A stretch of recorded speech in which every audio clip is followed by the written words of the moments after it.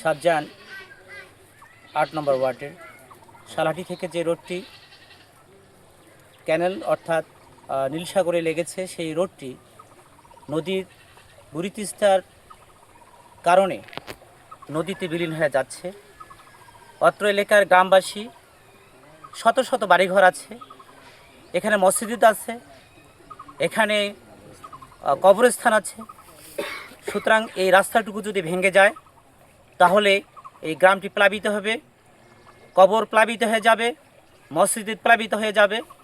এই বুড়ি তিস্তা আমাদের বাড়ি পাশে একটা মসজিদ, এই বুড়ি তিস্তার রাস্তা ভাঙি গেছে, যাওয়ার পরে আমাদের কত অসুবিধা চলাফেরা হয়েছে।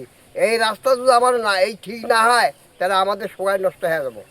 পশ্চিম শাহজাহান ঘাটের পর সারবান্ধের ঘাটের পর উপরে ঘাটের উপর দিয়ে যে রাস্তা সালাড়ি পর্যন্ত যে রাস্তা গেছে, এই রাস্তা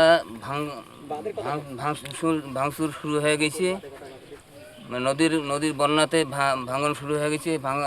ভাঙতে কবরস্থান, রাস্তা, বাড়ি, সব মসজিদ সবগুলা ভাঙি যাওয়ার মতো আশঙ্কা দাঁড়াইছে। আজকে আমরা বুড়িতিস্তার পাশের এই ক্যানেলটুকু অথবা রাস্তাটুকু বিলীন হয়ে যাচ্ছে। আমরা পানি উন্নয়ন বোর্ডকে বারবার আকুতি এবং দরখাস্ত দেওয়ার পরে অবজেকশন জানার পরেও এর প্রতিকার নেওয়া হয় না। এবং এখন এই বন্যায় আবার এই রাস্তাটুকু এবং পাশে একটা কবরস্থান, পাশে একটা মসজিদ, পাশে কয়েকটা বাড়ি এরা বিলীন হয়ে যাচ্ছে। এই অনুযায়ী এই রাস্তাটাকে অথবা এই বাঁধকে অতি বিলম্বে মেরামতের প্রয়োজন আছে।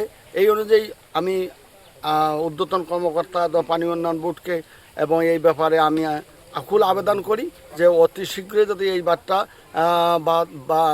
মেরামত করা হয়।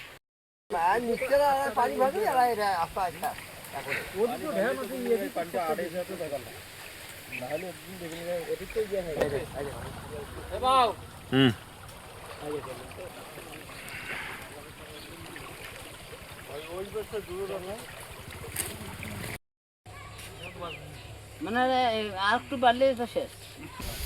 ওই দিকে না, ওই দুইটাই